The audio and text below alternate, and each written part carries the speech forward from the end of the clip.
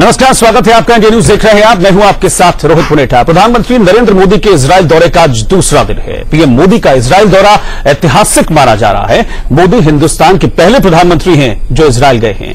PM Modi का Israel दौरा क्यों खास है और क्यों मोदी के इस दौरे के विदेश नीति में बड़े बदलाव के तौर पर भी इसको देखा जा रहा है, साथ ही मोदी के इस दौरे से भारत को क्या मिलेगा, इस पर इंडिया न्यूज की नॉनस्टॉप कवरेज जारी है। हमारे सहयोगी रवि शर्मा इजरायल में हैं, वो हमारे साथ इस चर्चा के दौरान जुड़ेंगे। साथ ही स्टूडियो में कुछ खास मेहमान भी हमारे साथ जुड़ने वाले हैं, उनसे भी हम इस पर चर्चा करेंगे। लेकिन पहले मोदी के इजरायल दौरे की 8 तस्वीरें हम आपको दिखाते हैं। ये आपके टेलीविजन स्क्रीन पर 8 कैमरों की नजर से 8 तस्वीरें हैं। पहली तस्वीर जब प्रधानमंत्री मोदी ने इजरायल की धरती पर कदम रखा था, रेड कार्पेट वेलकम उनको दिया गया था। बहुत गर्मजोशी के साथ इजरायल के प्रधानमंत्री बेंजामिन नेतन्याहू उनसे गले मिले, उनकी अगवानी करने के लिए मौजूद थे इजरायल के प्रधानमंत्री बेंजामिन नेतन्याहू। और खास बात यह है कि उनकी पूरी कैबिनेट उनके साथ मौजूद थी। ये सारी तस्वीरें बता रही हैं कि किस तरीके से ग्रैंड वेलकम दिया गया है प्रधानमंत्री नरेंद्र मोदी को। 3 बार गले मिले थे बेंजामिन नेतन्याहू और प्रधानमंत्री नरेंद्र मोदी, जिसकी 4 तस्वीरें आप ऊपर कैमरा 1, कैमरा 2, कैमरा 3 और कैमरा 4 की नजर देख पा रहे हैं। और कैमरा 5, 6, 7, 8 ये सब ये बता रहे हैं कि किस तरीके से एक जबरदस्त एक ग्रैंड वेलकम दिया गया है प्रधानमंत्री नरेंद्र मोदी को।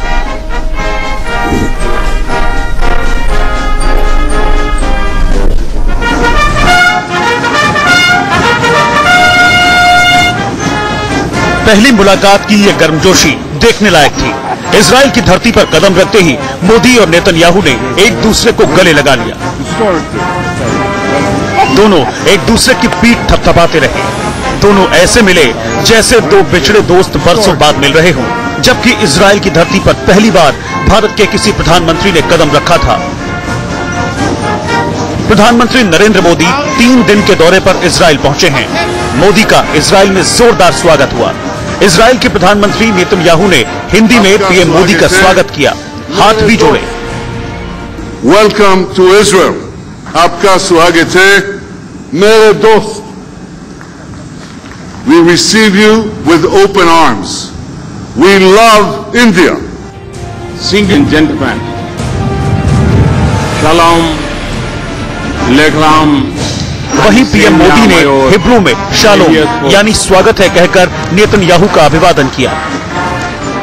It is my singular honor to be the first ever Prime Minister of India to undertake this ground-breaking visit to Israel।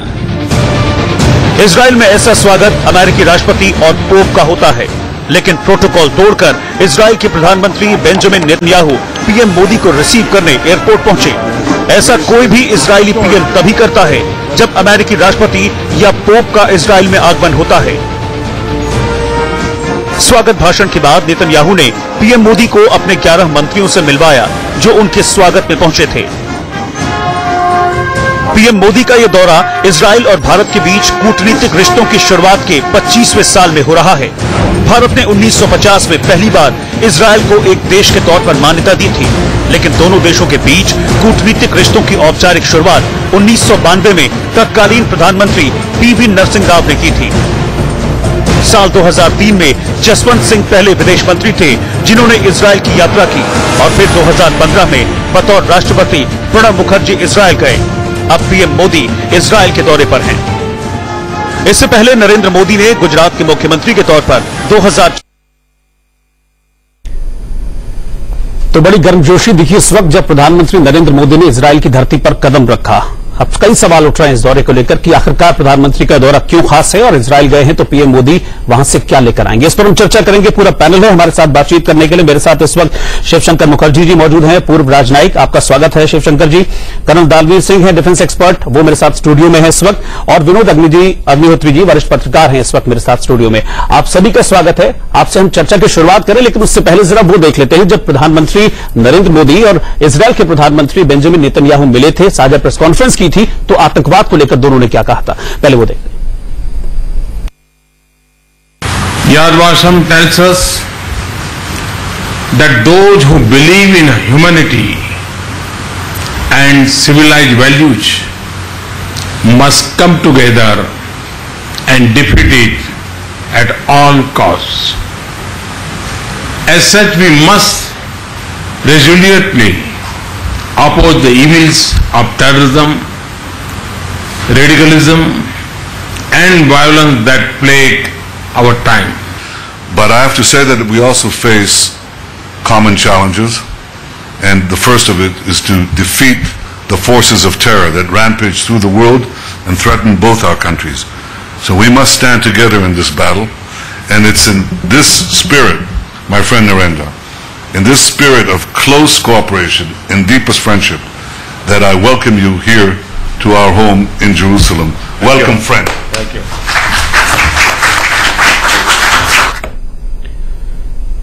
तो बड़ी गर्मजोशी दिखी उस वक्त भी जब प्रधानमंत्री मोदी उतरे थे अपने प्लेन से, और जब ये साझा प्रेस कॉन्फ्रेंस हुई उस वक्त भी गर्मजोशी मिली। दोनों एक दूसरे से फिर गले मिले। आतंकवाद से प्रभावित हैं दोनों देश, और इस पर ही दोनों ने अपना बयान दिया। मेरे साथ स्टूडियो में गेस्ट मौजूद हैं, मैं उनसे अपनी चर्चा की शुरुआत करता हूं। सबसे पहले मैं चलता हूं शिवशंकर मुखर्जी जी के पास। शिवशंकर जी, सबसे पहला सवाल यही है कि 1950 में हमने मान्यता दे दी थी ब्राजील को, 1992 में हमारे कूटनीतिक संबंध भी हो गए थे, लेकिन फिर भी 70 साल लग गए एक प्रधानमंत्री को इजरायल तक पहुंचने में, जबकि संबंध हमारे रहे बहुत टाइम तक, लेन देन सब चलता रहा। 70 साल लग गए, इसको किस तरह से देखते हैं?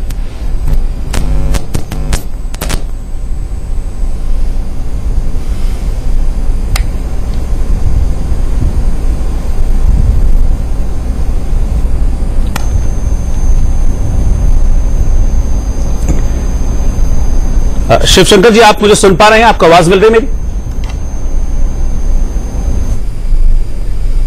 मुझे लगता है कि शायद कुछ टेक्निकल इशू है। इसी सवाल को लेकर मैं चलता हूं विनोद अग्निहोत्री जी के पास। विनोद जी, आप किस तरीके से देखते हैं? बहुत लंबा वक्त लग गया, हालांकि सब कुछ है कि हम जो अपनी डिफेंस की चीजें हैं वो उनसे लेते हैं, लेन देन चलता रहता है, लेकिन फिर भी प्रधानमंत्री का वहां जाना बहुत लंबा वक्त हो गया।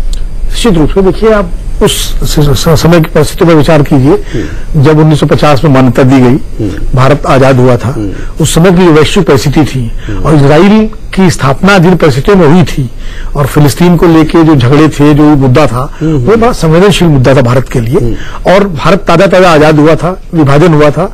इजराइल एक बड़ा इमोशनल, बड़ा संवेदनशील मुद्दा था, खास करके हमारे देश की एक बड़ी आबादी के लिए भी और विश्व के लिए भी। और वैश्विक राजनीति उसमें शीत युद्ध का दौर था। उस शीत युद्ध में आप देखिए कि पूरी तरह से इजराइल अमेरिका के द्वारा समर्थित, संरक्षित देश है, और अमेरिका ने जिस तरह से इजराइल की मदद की है, अगर अमेरिका का विश्व में कोई सबसे ज्यादा पालित पोषित देश है तो इजराइल है। और जो अमेरिका में जो जीव लॉबी है वो बहुत स्ट्रांग है, और इजराइल को लेकर बहुत संवेदनशील रहती है। और भारत को एक संतुलन राजनीति के तहत भारत इजराइल से कूटनीतिक संबंध बनाए, लेकिन उन्होंने वो रिश्ते नहीं बनाए जो दूसरे देशों के साथ बनाए गए, क्योंकि तत्कालीन अंतर्राष्ट्रीय परिस्थितियां ऐसी थी। फिर उसके बाद गुट निरपेक्ष आंदोलन का दौर आया, उसमें भारत ने उसका नेतृत्व किया, तो वो भी, और उसमें गुट निरपेक्ष आंदोलन में सारे जो मुस्लिम देश थे वो आमतौर पर शामिल थे। आप देखिए इराक और सारे देश जो है, नासिर मिस्र के जो राष्ट्रपति थे उसके अगुवा थे, तो उस समय भारत का जो झुकाव था वो पूरी तरह से खाड़ी के तमाम देशों की तरफ था। उसके तमाम भौगोलिक और आंतरिक कारण थे। लेकिन 1977 में जब मोरारजी देसाई की सरकार थी तो मोशे दयान की यात्रा हुई, और वहां से ये शुरुआत हुई। हालांकि उसका बड़ा विरोध भी हुआ था, उसमें बड़ी आलोचना भी हुई थी, उस वक्त तमाम विवाद हुए थे, लेकिन उसके बाद फिर एक ठंडापन आया दोनों देशों के रिश्तों में। और जब नरसिम्हा राव ने, मैं आपको बड़ा दिलचस्प किस्सा बताऊं, जब नरसिम्हा राव ने कूटनीतिक संबंध जब इजराइल के साथ पूरी तरह से स्थापित किए मान्यता के बाद, जो कूटनीतिक संबंध मतलब होता, तो उन्होंने भारत सरकार में यासर अराफात से चर्चा की, जो फिलिस्तीन के नेता थे। और यासर अराफात के रिश्ते भारत के साथ बहुत ज्यादा ही मधुर थे। आपको एक चीज और बता दूं, 1971 में जब बांग्लादेश बना और अमेरिका ने पाकिस्तान ने जब सारे इस्लामिक देशों को भारत के खिलाफ गोलबंद करने की कोशिश की, तो इंदिरा गांधी ने यासर अराफात को ही भेजा था उन सारे देशों को भारत के पक्ष में करने के लिए, और उसमें यासर अराफात ने बड़ी सार्थक भूमिका निभाई थी। और सिर्फ 2 देशों ने पाकिस्तान के पक्ष में जो वोट दिया था, और उसमें यासर अराफात से जब पूछा गया कि भाई हम लोग, उनको बताया गया, पूछा तो नहीं गया, बताया गया कि हम लोग इजराइल से कूटनीतिक रिश्ते बना रहे हैं, आपको कोई इसमें दिक्कत नहीं होनी चाहिए, हम आपके साथ भी हैं। तो मुस्कुराते हुए यासर अराफात ने कहा कि हमें तो मालूम है पर्दे के पीछे बहुत सारी आपकी गुपचुप बातचीत होती रहती थी, अब खुल करके होगी, इस समय क्या दिक्कत है। तो ये एक परिस्थितियां थी जिनकी वजह से ये चीजें रही। लेकिन उसी फिलिस्तीन अब नहीं जा रहे हैं पीएम मोदी, ये एक बात है, इस पर हम डिस्कशन करेंगे। लेकिन मैं अभी उस स्टेटमेंट पर आना चाहूंगा जो कि अभी हमने सुना था, और कर्नल दानवीर के पास चलूंगा। कर्नल दानवीर, क्या ये एक बहुत बड़ा इशू है? आतंकवाद प्रभावित दोनों देश हैं, दोनों नेता इस बात को मानते भी हैं? और क्या ये बहुत बड़ी वजह है कि दोनों देशों को करीब लाया है ये जो फैक्टर है, ये जो इशू है? आतंकवाद एक जरूर एक अहम मुद्दा है, इसमें कोई दो राय नहीं है, बट इसके अलावा भी मैं इसको देखता हूं।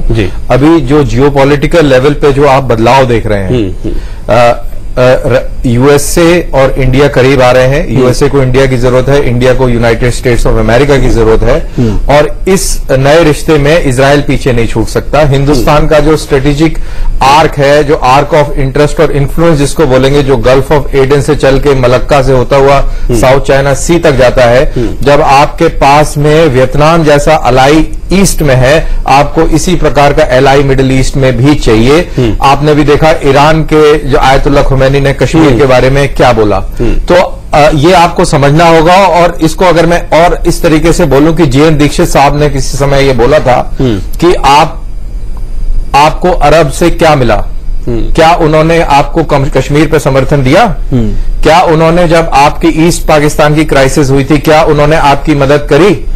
तो हम इजराइल से क्यों परहेज करते हैं? ये जेएन दीक्षित साहब ने उस समय बोला था। तो जो काम 1948 या 1950 में होना चाहिए था, वो काम 2017 में हो रहा है, और इसकी अहमियत सामरिक दृष्टिकोण से बहुत ज्यादा है। को हम इसको ऐसे ना देखें कि मोदी साहब आ गए हैं, वहां से क्या खरीद के लाएंगे, उतने छोटे से सीमित दायरे में ना देखें। इसका मतलब बहुत बड़ा है। मतलब आपकी नजर में कि देर हो गई, कुछ बहुत ज्यादा देर हो गई। हम नेहरूवियन सेंस ऑफ कंसेंसस में जीते रहे, और उसके बड़े कारण थे जैसा कि साहब ने बताया, लेकिन उसके अलावा सबसे बड़ा कारण था कि हम एक मॉरल हाई ग्राउंड पे रहना चाहते थे। हम अशोका द ग्रेट बनना चाहते थे, लेकिन हमारे पास उस प्रकार की सामर्थ्य नहीं था। तो ये मिसमैच थी कैपेबिलिटी में और डिजायर में। ठीक है, इस चर्चा में हम शिवशंकर मुखर्जी जी को भी शामिल कर लेते हैं। पूर्व राजनयिक हैं, इस वक्त हमारे साथ जुड़ गए हैं। शिवशंकर जी, स्वागत है आपका। आप किस तरीके से देख रहे हैं प्रधानमंत्री मोदी के इजरायल के इस दौरे को? और शायद मुझे लगता है कि फिर से संपर्क टूट गया है, आवाज नहीं जा पा रही है।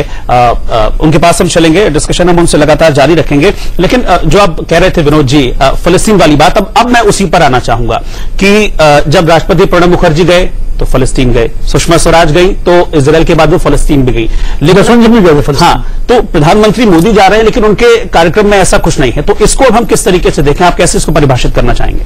नहीं, जैसा भी कर्नल साहब कह रहे थे, निश्चित रूप से एक जियो पोलिटिकल शिफ्ट है हमारा भारत का, और फलस्तीन में जाना उसका एक बहुत बड़ा संकेत है। इजरायल जाना उतना महत्वपूर्ण तो है ही, कि हालांकि राष्ट्रपति हो जा चुके हैं, दो विदेश मंत्री जा चुके हैं, तो इसलिए थोड़ा सा उसका ये हम नहीं कह सकते कि एकदम से अचानक पहुंच गए। उसकी भूमिका तो तैयार हो चुकी थी इजरायल जाने की, लेकिन फलस्तीन न जाना ये उससे भी ज्यादा महत्वपूर्ण है। ये सीधा सीधा एक संदेश है कि अब भारत जो संयुक्त राष्ट्र संघ में फलस्तीन के मुद्दे को हमेशा वोट करता रहा, फलस्तीन के पक्ष में, अभी मोदी सरकार के समय में वोट हुआ अमेरिकन प्रस्ताव के खिलाफ, तो उसको लेकर के अब मुझे लगता है कोई एक मेजर शिफ्ट हमारी डिप्लोमेसी में आया है।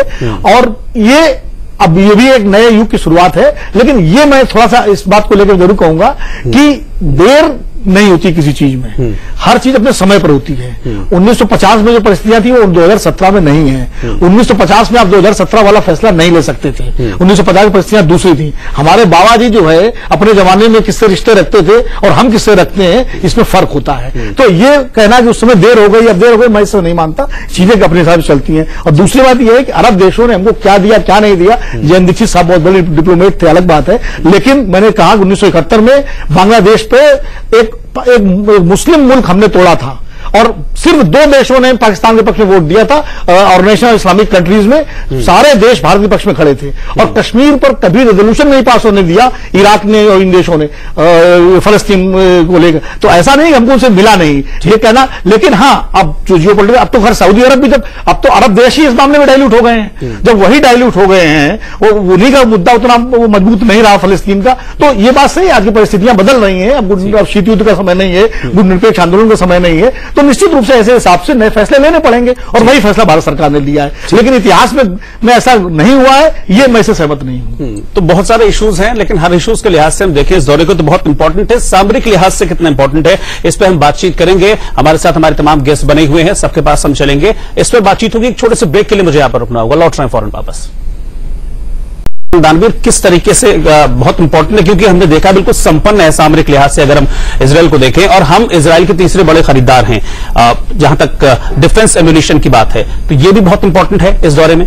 देखिए, हमें ये बिल्कुल नहीं भूलना चाहिए कि ये इजरायली था जब कारगिल के दौरान हमें सर्विलेंस डिवाइसेस और रडार्स चाहिए थे, जो कि अमेरिका ने हमें मना कर दिए थे, स्पेशली वेपन लोकेटिंग रडार। तो उस टाइम में हमारी मदद करने के लिए आया था इजराइल, और इजराइल के पास वो सारी टेक्नोलॉजी है, और इजराइल हमसे मदद करने के लिए हमेशा तैयार रहता है हमारे साथ। और उसने आज से नहीं, कई सालों से और कई समय से उसने हमारे साथ में एक सामरिक गठजोड़ बनाने की काफी प्रयास करे।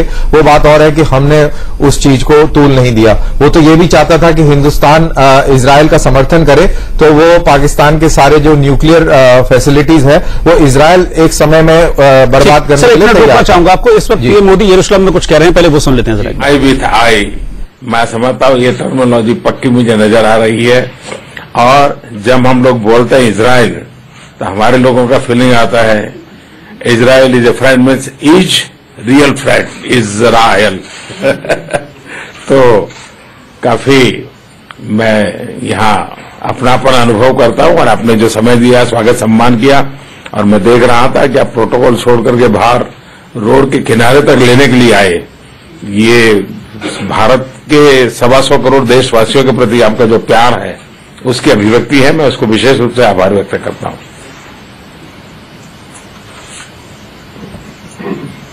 Excellency, you in your introductory words, you said all those phrases which are used in the world of trade and commerce, that is G2G, B2G, etc. But in the real world, I mean, in what we see in reality today, there is eye for eye and eye with eye. And when I say eye for eye, I don't mean the popular saying, but what I mean is India with Israel, India and for Israel. And when we say this, we also feel that Israel, the full abbreviation would be Israel is a real friend. And I have really felt this feeling of kinship. I feel absolutely at home here, the warmth that has been emanated by everyone that I have met here. And Excellency, you yourself, you broke protocol, you stepped out, you came onto the road to receive me. And this is a mark of respect for the entire Indian nation comprising 1.25 billion people. Excellency, you have expressed your love and your sentiments for our country. For that, I'd especially like to thank you and express my gratitude. Thank you so very much. Thank you. Thank you very much.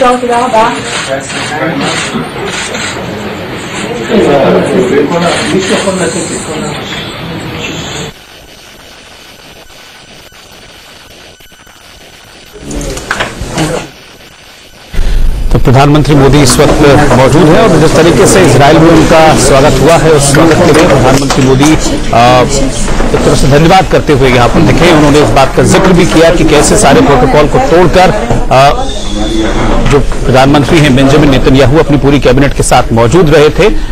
इस बात का जिक्र करते हुए PM यहाँ पर। तो एक खास पेशकश लगातार जारी है। हमारे मेहमान हमारे साथ बने हुए, एक छोटे से ब्रेक के बाद लौटेंगे। आप देखते रहिए इंडिया न्यूज। तो जिस तरह का ग्रैंड वेलकम हुआ है प्रधानमंत्री मोदी का इजराइल पहुंचने पर, उसको देखने के बाद हम यही कहेंगे कि इजराइल में इस वक्त नमो नमो हो रहा है। पूरी कैबिनेट, खुद प्रधानमंत्री आए थे हमारे देश के प्रधानमंत्री को रिसीव करने। सवाल ये उठता है कि अब इस दौरे से हम उम्मीद क्या लगाएं। मेरे साथ स्टूडियो में गेस्ट हैं, कर्नल दानवीर हैं, विनोद अग्निहोत्री जी हैं। विनोद जी, मैं आपके पास आ रहा हूं, क्या उम्मीद लगाए हैं प्रधानमंत्री के इस दौरे से, खासतौर पर उन तस्वीरों को देखने के बाद जिस तरह का ग्रैंड वेलकम हुआ है प्रधानमंत्री मोदी का इसराइल की धरती पर? देखिए, स्वाभाविक है, भारत का प्रधानमंत्री 70 साल में पहली बार वहां पर गया है, सारे प्रोटोकॉल तोड़ दिए, तो निश्चित रूप से ये उनके लिए, इजराइल के लिए, हमारे लिए तो एक ऐतिहासिक है, इजराइल के लिए बहुत ऐतिहासिक है।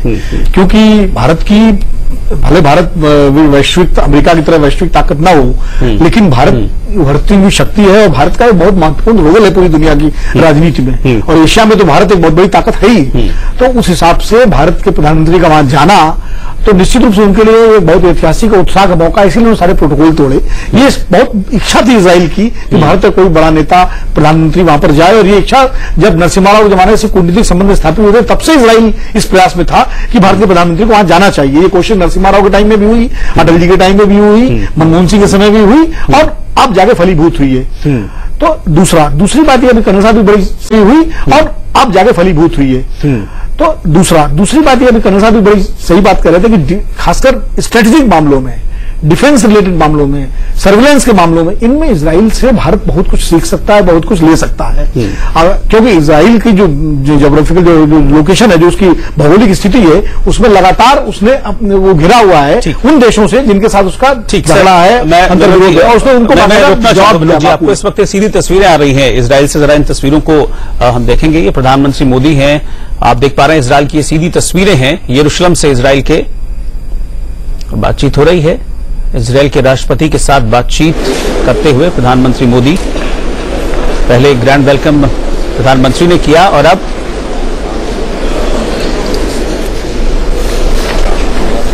आपको बता दें कि वहां के प्रधानमंत्री ने एक फॉर्मूला भी दिया है। उन्होंने कहा I for India, I for Israel. Narendra Modi ने ये कहा, लेकिन इससे पहले मैं आपको बता देना चाहूंगा कि कल इजराइल के प्रधानमंत्री बेंजामिन नेतन्याहू ने भी दोनों देशों को लेकर एक फॉर्मूला दिया था, I²T² is equal to Israel India ties for tomorrow. कल ये इजराइल के प्रधानमंत्री बेंजामिन नेतन्याहू ने फॉर्मूला दिया था और आज हमारे देश के प्रधानमंत्री यानी कि प्रधानमंत्री नरेंद्र मोदी आई फॉर इजराइल और आई फॉर इंडिया उन्होंने कहा है राष्ट्रपति से बातचीत के दौरान। ये सीधी तस्वीर इस वक्त आप देख पा रहे हैं इजराइल की। Because we found a real, very strong nation with strong ideas, with strong wishes and goals and tasks, and I must say, with the all respect that I have and the pleasure that I have, that you are one of the greatest leader of the democracies in the world in this time, and we appreciate very much your visit to Israel. We have a lot in common. We are doing a lot in common. We understood very well your thoughts about the need to have partners who will make immediate. Because the first thing that the leaders of Israel at the time, at the beginning of the state of Israel as a new state in 1948, we thought that we should to produce everything in Israel. And making Israel was one of the greatest ideas and one of the most important tasks. And we understand that very well, and we are doing a lot in order to fulfill your ideas. और चलिए इस वक्त हमारे साथ शिवशंकर मुखर्जी साहब जुड़ गए हैं, पूर्व राजनयिक हैं। मुखर्जी साहब, किस तरह से देख रहे हैं आप प्रधानमंत्री मोदी के इस दौरे को? इतने लंबे वक्त बाद भारत के प्रधानमंत्री पहुंचे हैं इजराइल के दौरे में और बहुत सी उम्मीदें हैं इस दौरे को लेकर प्रधानमंत्री के, आप किस तरीके से देख रहे हैं इसको?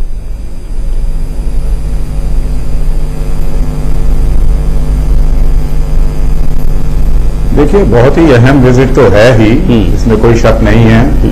25 साल बाद जब 1992 में जब हमने डिप्लोमेटिक रिलेशंस एस्टैब्लिश किए, तब से हमारे रिश्ते काफी आगे बढ़े हैं, लेकिन एक पीछे एक थोड़ा हेजिटेशन सा रहता था, एक बैलेंस करने का एक जरूरत रहता था, क्योंकि एक बहुत बड़ा प्रॉब्लम है दुनिया में जो पैलेस्टीनियन कॉज, जिसमें फलस्तीन के लोग और इजराइल के लोग जो हैं 1948 से जब से इजराइल जन्मा था जी, तब से ये प्रॉब्लम इंटरनेशनल कम्युनिटी में है और इसमें कोई शक नहीं है कि इसमें फलस्तीन के जो मांगे हैं वो सही हैं।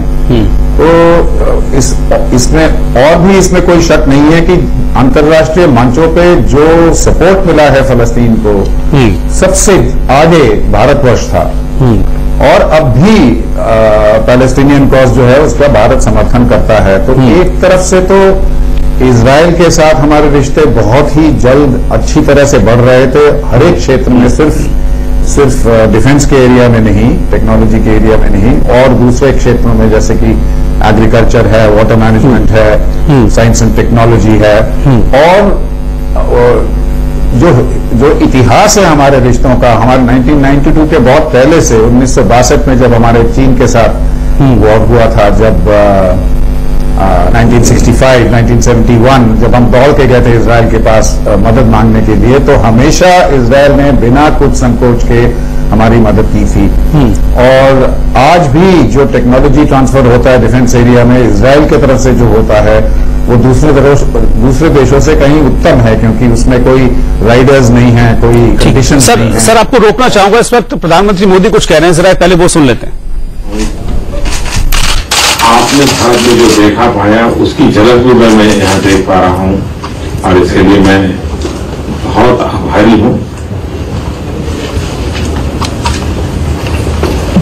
Excellency, I'd like to express my gratitude for this warm welcome that has been accorded to me. You came to India in November 2016. We had the opportunity of warmly welcoming you in India, and to really understand and feel India, you took time to go to different places to see the entire country, and I think it was also a matter of great fortune for us that we got this opportunity to host you at all those places.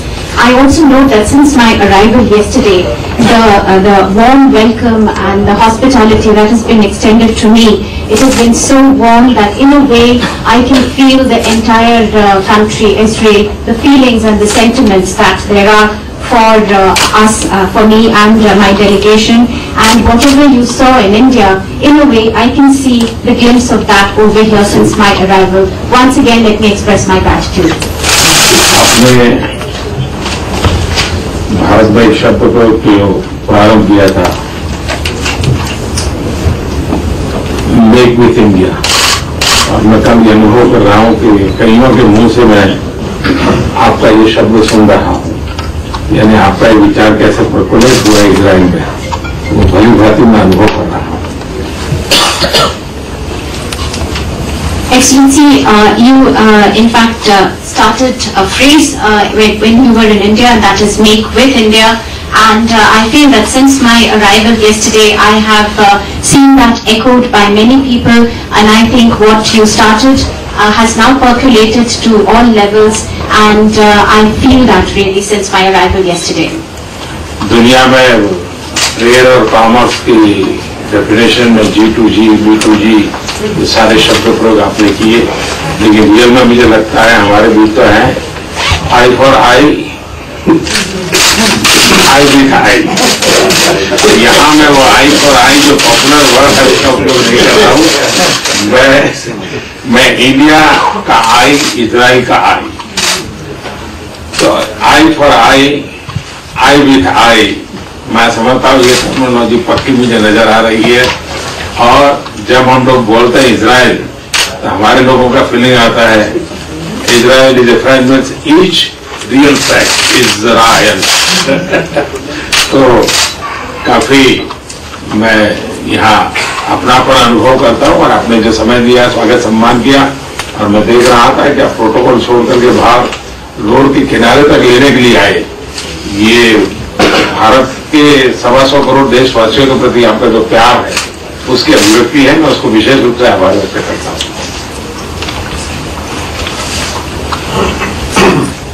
Excellency, you in your introductory words, you said all those phrases which are used in the world of trade and commerce, that is G2G, B2G, etc. But in the real world, I mean in what we see in reality today, there is eye for eye and eye with eye. And when I say eye for eye, I don't mean the popular saying, but what I mean is India with Israel, India and for Israel. And when we say this, we also feel that Israel, the full abbreviation would be Israel is a real friend. And I have really felt this feeling of kinship. I feel absolutely at home here, the warmth that has been emanated by everyone that I have met here. And Excellency, you yourself, you broke protocol, you stepped out, you came onto the road to receive me, and this is a mark of respect for the entire Indian nation comprising 1.25 billion people. Excellency, you have expressed your love and your sentiments for our country. For that, I'd especially like to thank you and express my gratitude. Yes, sir, very much. Thank you. Thank you very much. Thank you very much.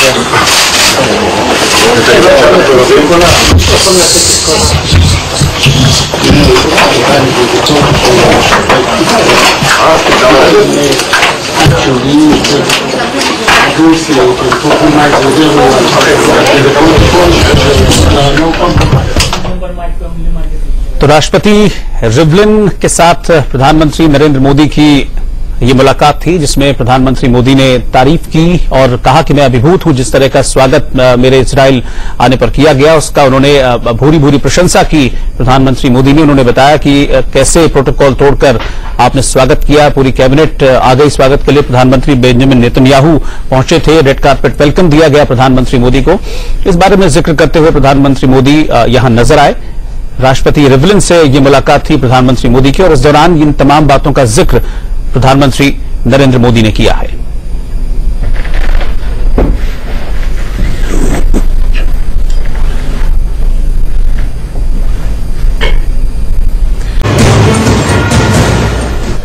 Break के बाद स्वागत है आपका। Israel में नमो नमो हो रहा है और इस पर प्रधानमंत्री नरेंद्र मोदी काफी खुश भी नजर आए। इस बात का जिक्र उन्होंने अब से कुछ देर पहले किया जब वो राष्ट्रपति रिवलिन के साथ बैठे हुए थे और उन्होंने कहा कि मैं अभिभूत हूं। इस पर हम चर्चा करेंगे। चर्चा लगातार चल भी रही है और इस चर्चा में इस वक्त हमारे साथ इंडिया न्यूज के एडिटर इन चीफ दीपक चौरसिया जी भी शामिल हो गए हैं। दीपक सर, आपका भी स्वागत है। दीपक सर, मैं इसी पर आपसे बातचीत करना चाहूंगा। जो अभी कहा प्रधानमंत्री नरेंद्र मोदी ने, I for India, I for Israel, और इससे पहले कल बेंजामिन नेतन्याहू ने भी एक फॉर्मूला दिया था दोनों की दोस्ती का, I square T square is equal to Israel India ties for tomorrow, यानी कि दोस्ती अब बहुत आगे जाएगी। यह दोस्ती बहुत आगे जाएगी और इसकी नींव काफी पहले रखी जा चुकी है। भले ही डिप्लोमेटिक टाई जो है 1992 में पीवी नरसिम्हा राव साहब ने शुरू कर दिए हो, लेकिन उसके बाद दोनों देशों में लगातार बातचीत होती रही। मुझे मौका मिला था जब गृह मंत्री लालकृष्ण आडवाणी, जिनको उस वक्त बहुत कद्दावर नेता माना जाता था, वो इजराइल और फिलिस्तीन दोनों गए थे। तब मैं जेरूशलम भी गया था, तेल अवीव भी गया था और रामल्ला भी गया था और वहां पर मैंने देखा था, महसूस किया था कि जो भारतीय जनता पार्टी की सरकार है उसका एक अतिरिक्त झुकाव जो है वो इजराइल की तरफ था। शायद उनको कॉमन एनिमी नजर आता था और एहूद बराक ने एक शब्द का इस्तेमाल किया था, इस्लामिक रेडिकल टेररिज्म, और वो शब्द का इस्तेमाल शायद पहली बार हुआ था। लगभग उसी शब्द का इस्तेमाल आज जो अमेरिका के राष्ट्रपति हैं डोनाल्ड ट्रंप कर रहे हैं अपनी ज्वाइंट प्रेस कॉन्फ्रेंस के अंदर। तो दोनों के अपने मायने हैं। बेहद खूबसूरत है इजराइल, बहुत छोटा सा है, हमारे राजस्थान के तीसरे हिस्से की बराबर है, उसकी आबादी न्यूयॉर्क से आधी है, लेकिन वो देश देखते ही बनता है। वहां हर चीज अल्ट्रा मॉडर्न है। आप ये सोचिए कि वहां की जो मुद्रा की कीमत है वो डॉलर से कभी कभी ज्यादा हो जाती है। तो ये भी अपने आप में बहुत बड़ी बात है कि किस तरह से उस देश ने स्ट्रगल किया आतंकवाद के साथ, किस तरह से उस देश ने अपनी इंडिपेंडेंस के साथ स्ट्रगल किया। और मैं यहां पर इस बात को जोड़ना चाहूंगा कि इजराइल और भारत के टाइज बहुत पुराने हैं। जब इजराइल का फ्रीडम स्ट्रगल चल रहा था तब एक इंडियन कैवलरी वहां पर गई थी और उस इंडियन कैवलरी ने न केवल फाइट किया था बल्कि उनकी याद में अंग्रेजों ने 3 मूर्ति चौराहा भी बनाया है। जो 3 मूर्तियां बनाई गई हैं वो वही सैनिक है जो इजराइल के अंदर लड़े थे और इजराइल के अंदर शहीद हुए थे। तो आप ये सोच सकते हैं कि हमारे टाइज कितने पुराने हैं। हालांकि जिस तरह की वर्ल्ड पॉलिटिक्स थी उस वक्त, जिस तरह की जियो पॉलिटिक्स थी, उसमें इजराइल को अरब देश एक्सेप्ट नहीं करते थे, हाल तक नहीं करते थे, 1990s तक नहीं करते थे। और इन अरब देशों के चलते भारत को बराबर की डिप्लोमेसी खेलनी पड़ती थी। अगर एक नेता इजराइल जाता था तो फिलिस्तीन भी जाता था। अगर वो एहूद बराक से मिलने गए लालकृष्ण आडवाणी तो यासिर अराफात से भी मिलने गए। यासिर अराफात के इंदिरा गांधी जी से बहुत अच्छे संबंध थे, वो उनको बहन बोला करती थी। तो जो डिप्लोमेसी होता है वो जीरो सम गेम नहीं होता है। अगर हम इजराइल से मिल लिए तो ये नहीं है कि फिलिस्तीन हमसे पूरी तरह से कट्टी कर लेगा। अब वो माहौल दुनिया के अंदर खत्म हो गया है और अरब देशों की अपनी अलग अलग चिंताएं डेवलप हो चुकी है, चाहे वो ईरान को लेकर हो, चाहे सऊदी अरब को लेकर हो, चाहे आपसी कॉन्फ्लिक्ट हो, चाहे शिया सुन्नी का विवाद जो चल रहा है वहां पर वो हो। तो इन तमाम चीजों को देखते हुए मुझे लगा है कि बहुत संभावनाएं हैं इजराइल और भारत के अंदर। इजराइल और भारत कई प्रोजेक्ट साथ कर रहे हैं। साथ ही साथ जो इजराइल के जो सैटेलाइट लॉन्चिंग होती है उसके लिए लॉन्च पैड में भारत का इस्तेमाल किया जाता है। तो ये बताता है ये टाइज कितने पुराने हैं और इनकी बेहद असीम संभावना है। बिल्कुल। तो बताया दीपक जी ने कि किस तरीके से जो रिलेशंस हैं भारत और इजराइल के वो किस तरह से इंपॉर्टेंट हैं और बहुत आगे जाने वाले हैं। इस चर्चा में हम लगातार बने हुए हैं, हमारे बाकी मेहमान भी हमारे साथ लगातार बने हैं। इस चर्चा को लगातार जारी रखेंगे। एक छोटे से ब्रेक के लिए यहां पर रुकना होगा। आप देखते रहिए इंडिया न्यूज। तो आपका स्वागत है। प्रधानमंत्री नरेंद्र मोदी के इजराइल दौरे पर यह बड़ी चर्चा लगातार जारी है। पूरा पैनल हमारे साथ मौजूद है। जबरदस्त तारीफ की है प्रधानमंत्री मोदी ने, जिस तरीके से स्वागत हुआ है उनका इजराइल में, उस स्वागत को लेकर जबरदस्त तारीफ की है। लेकिन बहुत सी चीजें ऐसी हैं, विनोद जी मैं आपके पास आ रहा हूं, बहुत सी चीजें ऐसी हैं जो हमें इजराइल से सीखने की जरूरत है। डिस्पाइट कि इजराइल एक छोटी कंट्री है, लेकिन तकनीक के मामले में वो बहुत आगे, चाहे वो रक्षा तकनीक हो, चाहे वो कृषि तकनीक हो, चाहे वो वाटर मैनेजमेंट हो, बहुत सारी ऐसी चीजें हैं जो कि सीखने की जरूरत है। निश्चित रूप से इजराइल का विकास जिस तरह से हुआ है, इजराइल ने जिस तरह अपने को जिसको कहते हैं ना कि तमाम विपरीत परिस्थितियों में इजराइल न सिर्फ खड़ा रहा बल्कि आगे ही बढ़ा है। और चाहे वो रक्षा तकनीक हो, चाहे वो खासकर जासूसी, जो इंटेलिजेंस और सर्विलांस का जो क्षेत्र है, उसमें तो इजराइल की जो एजेंसी है मोसाद, उसका तो कोई सानी नहीं है, मतलब CIA भी उससे मदद लेती है। आप देखिए, तो कुल मिलाकर के इजराइल से बहुत कुछ सीखने की जरूरत है। अभी दीपक बता भी रहे थे कि जिस तरह से अभी इजराइल गए और उन्होंने वहां क्या क्या देखा कि छोटा सा राजस्थान के 1/3 हिस्से के बराबर का देश, और जहां इतना ज्यादा विकास का काम हुआ है, और वो भी उन स्थितियों में जब चारों ओर दुश्मनों से घिरा रहा वो देश, हर तरफ मतलब उसको लड़ना पड़ता था। तो भारत को सीखने की जरूरत भी है। और साथ साथ एक सबसे बड़ी बात यह है कि जो एक बहुत महत्वपूर्ण सवाल है इजराइल के साथ, कि एक तरफ उससे तकनीक भी सीखें, उसके साथ आप व्यापार भी करें, उसके साथ आप रक्षा सहयोग भी करें, उससे रक्षा उपकरण भी खरीदें, और साथ ही साथ आप अपना जो मॉरल स्टैंड है फिलिस्तीन के प्रति, उसका भी संतुलन बनाए रखें। ये मुझे लगता है एक बड़ा काम जो है भारत सरकार कर रही है, और उसमें सऊदी अरब की मदद भी ले रही है।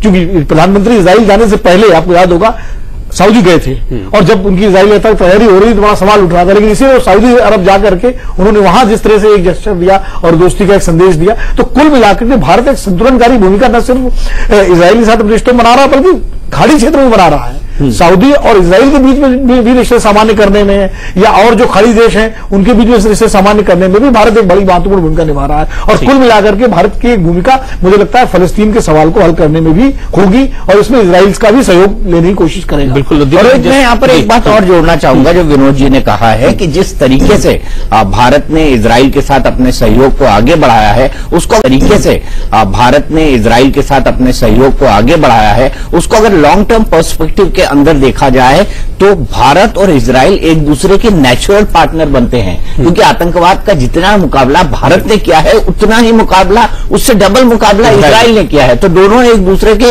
नेचुरल पार्टनर हैं। और जो पुराने संबंधों की बात की जाए, अगर हम उससे आगे बढ़े और 21वीं सदी के संबंधों की तरफ भी बात करें, तो मैं ये बहुत साफ कर दूं कि सूत्रों ने हमें कंफर्म जानकारी दी है कि फिलिस्तीन अथॉरिटी के जो चेयरमैन हैं वो बाकायदा मिले थे, मोदी से उनकी बातचीत हुई थी, और बाकायदा उन्होंने इजराइल यात्रा उनको क्यों करनी पड़ रही है इसके बारे में उनको बाकायदा ब्रीफ कर दिया था, कॉन्फिडेंस पे ले लिया था। तो ये कतई नहीं है कि हमने इजराइल से ये बात छुपा के रखी। इसीलिए जो इजरायली खुश है, अभी तक ये होता था बैलेंसिंग फैक्टर के तौर पे कि जो आदमी इजराइल जाता था वो फिलिस्तीन टच करके ही आता था, चाहे वो भारत का कितना बड़ा नेता जाए, राजनेता जाए, या भारत से जुड़े हुए जितने इंडो फिलिस्तीन इंडो इजराइल मैत्री फ्रंट के लोग हैं, वो जब जाते हैं तो वो भी इस तरह की प्रैक्टिस करते हैं। लेकिन पहली बार ऐसा होगा, शायद पहली बार होगा कि इतना बड़ा देश का प्रधानमंत्री तो पहली बार जा ही रहे हैं, विदेश मंत्री के तौर पर जसवंत सिंह जा चुके हैं, लालकृष्ण आडवाणी जा चुके हैं, महामहिम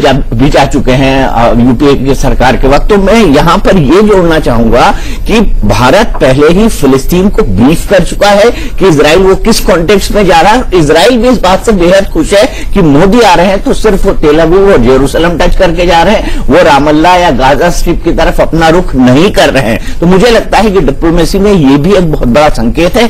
अरब वर्ल्ड की जो डिप्लोमेसी चेंज हो रही है उसके लिए भी बहुत बड़ा संकेत है। मुस्लिम देशों के लिए जो हमारी सहानुभूति थी, उस सहानुभूति के साथ साथ हम किस तरह से उन लोगों से मिले जो कभी, जैसे पाकिस्तान वो कभी अमेरिका का बहुत अच्छा दोस्त हुआ करता था, अमेरिका की पूरी सहायता पे चलता था और अभी भी चलता है। लेकिन आज अमेरिका और पाकिस्तान के बीच में एक दूरी बची है, वहां के टेररिस्टों को लगातार अमेरिका बैन कर रहा है। तो मेरे ख्याल से दुनिया की परिस्थितियां 2001 के बाद, वर्ल्ड ट्रेड सेंटर पे हमले के बाद बदल गई हैं, और हमको इन तमाम चीजों को उसके परिप्रेक्ष्य में देखना चाहिए। इसमें एक चीज और जोड़ दूं कि पाकिस्तान हमेशा कश्मीर वाले मामले को फलस्तीन जैसा बताता है। ये भी भारत के लिए बहुत वो है, जो इजराइल और भारत के बीच जो दोस्ती और एकता का एक सूत्र है कि हम कश्मीर को अपना हिस्सा मानते और है हमारा हिस्सा, हम उसको फलस्तीन वाले मुद्दों से नहीं जोड़ते।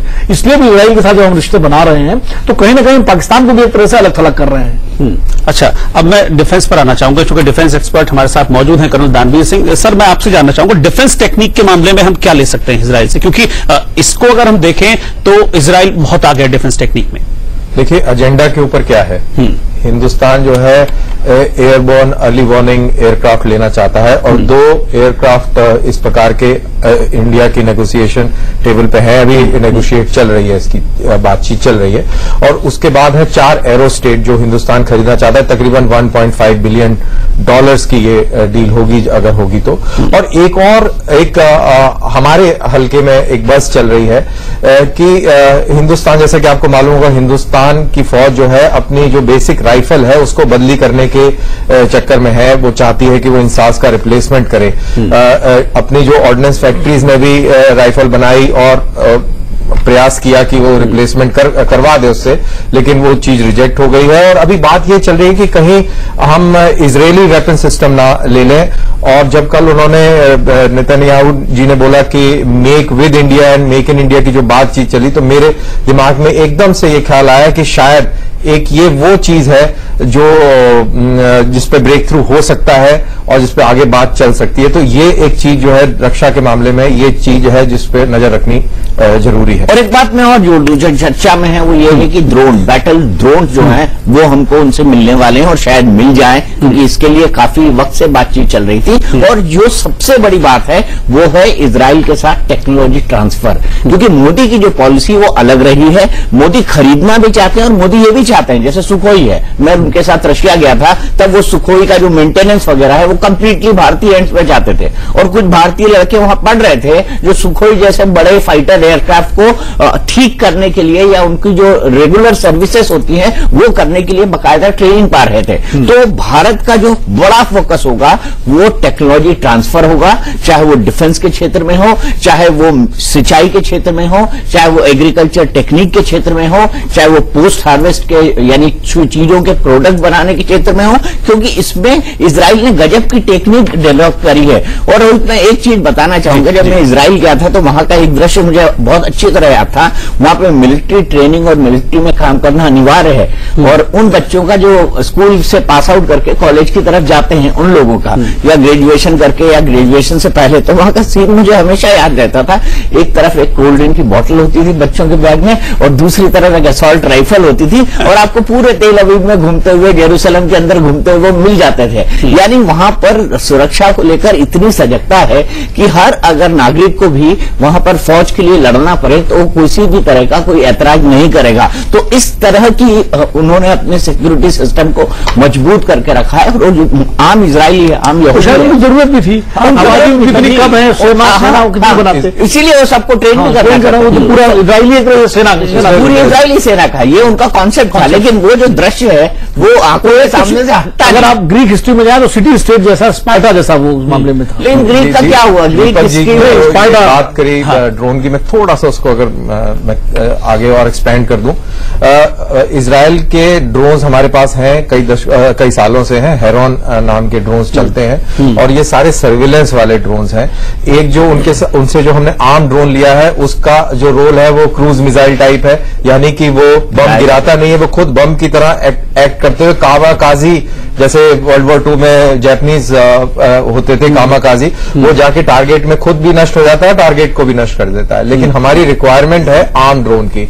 अभी जैसे मोदी अमेरिका गए और वो प्रेडेटर गार्डियन की बात करके आए, तो वो भी एक सर्विलेंस वाला वो है।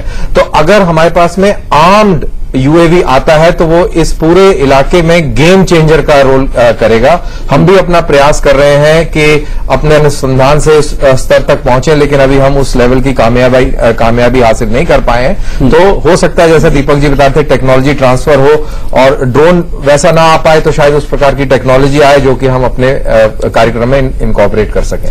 ठीक है, मैं एक सवाल यहां पर आप सबसे पूछना चाहूंगा, चूंकि वक्त कम है तो मैं चाहूंगा कि मैं आप तीनों से इसका जवाब लूं कि क्या हम इसको देख सकते हैं कि जैसे मोदी अभी यूएस गए, यूएस के बाद मोदी इजराइल जा रहे हैं, ट्रंप का क्या स्टैंड है आतंकवाद को लेकर, यह भी हमने देखा, नेतन्याहू का क्या है, मोदी का क्या है, तो क्या ये जो ट्रायंगल बन रहा है इसको हम किसी रूप से परिभाषित कर सकते हैं? दीपक सर आपसे शुरू करते हैं। नहीं, मैं इजराइल के बारे में बोलूंगा कि इजराइल और अमेरिका की फ्रेंडशिप बहुत पुरानी है। और मतलब ऐसी फ्रेंडशिप है जिसके चलते अमेरिका ने पूरे अरब वर्ल्ड से दुश्मनी ले ली है, क्योंकि इजराइल और अमेरिका दोनों कॉमन फ्रेंड है।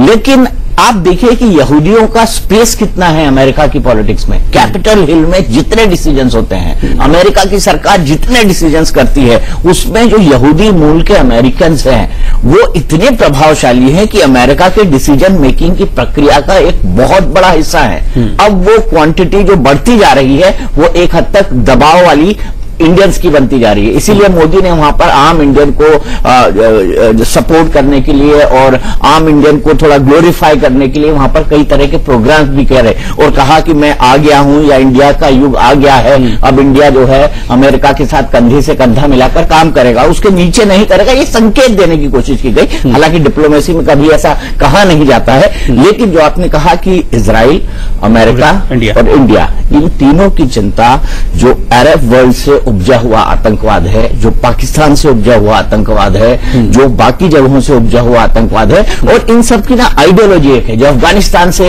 तालिबानी आतंकवाद है, इन सब की आइडियोलॉजी एक है। इन सब की आइडियोलॉजी ये है कि इनको जिहाद करना है, वहाबी सिस्टम को लाना है और शरीयत का कानून लाना है। हालांकि 90% लोग नहीं समझते हैं कि शरीयत का कानून आएगा तो क्या होगा। शरीयत का कानून आएगा तो महिलाओं को बुर्का पहन के चलना पड़ेगा। कश्मीर के अंदर भी शरीयत का कानून आ गया और हमारे कई सारे लोग कश्मीर में जाके बात समझाते हैं। यशवंत सिन्हा गए थे तो लोगों ने उनसे बोला था कि हम तो चाहते हैं मुस्लिम राष्ट्र बन जाए। यशवंत सिन्हा ने बकायदा उनको यूएन का रेजोल्यूशन पढ़ के सुनाया, यूएन का रेजोल्यूशन समझाया और ये बताया कि देखिए शरीयत के कानून के ये नेगेटिव पॉइंट्स है जो आज कश्मीर में आप नहीं करते हैं। स्कूटी में आराम से एक जो लड़की है वो आती है, जाती है, काम करती है, कॉलेज जाती है, लेकिन उस तरह की सुविधाएं या उस तरह की फ्रीडम वहां पर नहीं है। तो मुझे लगता है इजराइल, भारत और अमेरिका दोनों बहुत अच्छी तरह समझते हैं कि उसका कॉमन एनिमी आतंकवाद है।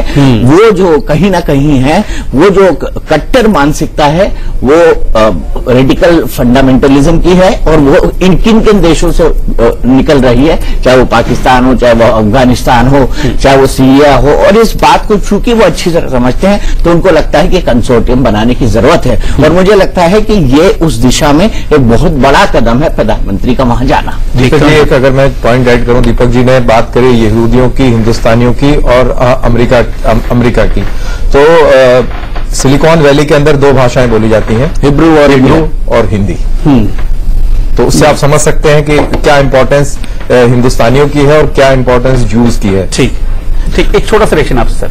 नहीं, विस्तार से बताया, यूज का तो बहुत जबरदस्त वहां पर असर अमेरिका में है। जो लॉबी है वो शुरू से, जब से अमेरिकन सिस्टम खासकर सेकंड वर्ल्ड वॉर के बाद से तो बहुत ज्यादा वो प्रभावशाली है। लेकिन मैं इसमें एक चीज कहूंगा, ऐसा मत सोचिए कि अमेरिका, इजराइल और भारत का कोई स्ट्रेटेजिक नेक्सस बनने वाला है। वो भारत भी शायद अफोर्ड नहीं कर सकता क्योंकि हमारे रूस से भी रिश्ते हैं, हाँ, और चीन से इस समय तनातनी जरूर है, लेकिन हम चीन के साथ वॉर करने, अफोर्ड करने की स्थिति में न चीन है ना हम है। और पाकिस्तान के साथ निश्चित रूप से हमारा एक मुद्दा है आतंकवाद को लेकर के। पाकिस्तान को लगातार हम संदेश देते रहते हैं, भैया ये सब दुकानें अपनी बंद करो आतंकवाद की। अफगानिस्तान की जो सरकार है उसके साथ हमारे बहुत अच्छे रिश्ते हैं। इस्लामिक देशों के साथ, वहां की सरकारों के साथ हमारे बहुत अच्छे रिश्ते, सऊदी अरब के साथ बहुत अच्छे रिश्ते हैं, इराक के साथ अच्छे रिश्ते हैं। तो ऐसा नहीं है कि भारत एकदम से इजराइल के साथ जाकर के और कोई एंटी इस्लामिक कोई उसका हिस्सा बन जाए, लेकिन आतंकवाद पूरे विश्व का एक साझा कंसर्न है। जब सऊदी अरब गए थे हमारे प्रधानमंत्री तो वहां भी आतंकवाद के खिलाफ दोनों ने प्रतिबद्धता जाहिर की।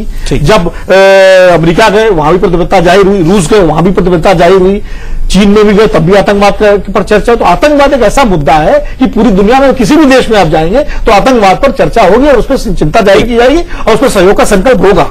तो ये एक अच्छी बात है कि इजराइल के और हमारे कई कंसर्न साझा हैं, उसमें हम सहयोग करेंगे। लेकिन मुझे नहीं लगता कि डिप्लोमेटिकली या मिलिटरीली कोई हमेशा कोई स्ट्रेटेजिकल अलायंस बना ले कि हम जाकर के उसके साथ जो है यूनिलैटरलिज्म तो हो नहीं सकता, मल्टीलैटरलिज्म कामयाब है, ये सब जानते हैं। और यही एक और जो ISI जैसे संगठन है उनको तबाह भी किया गया, तो उसमें भी इस्लामिक देशों की सरकारों की भूमिका है। ठीक, बहुत डिस्कशन है इसमें, बहुत सारे पॉइंट्स हैं डिस्कशन करने के लिए, लेकिन वक्त की कमी है, इसके चलते मुझे बस यहीं पर विराम देना होगा। आप सभी का शुक्रिया हमारे साथ इस चर्चा में शामिल होने के लिए।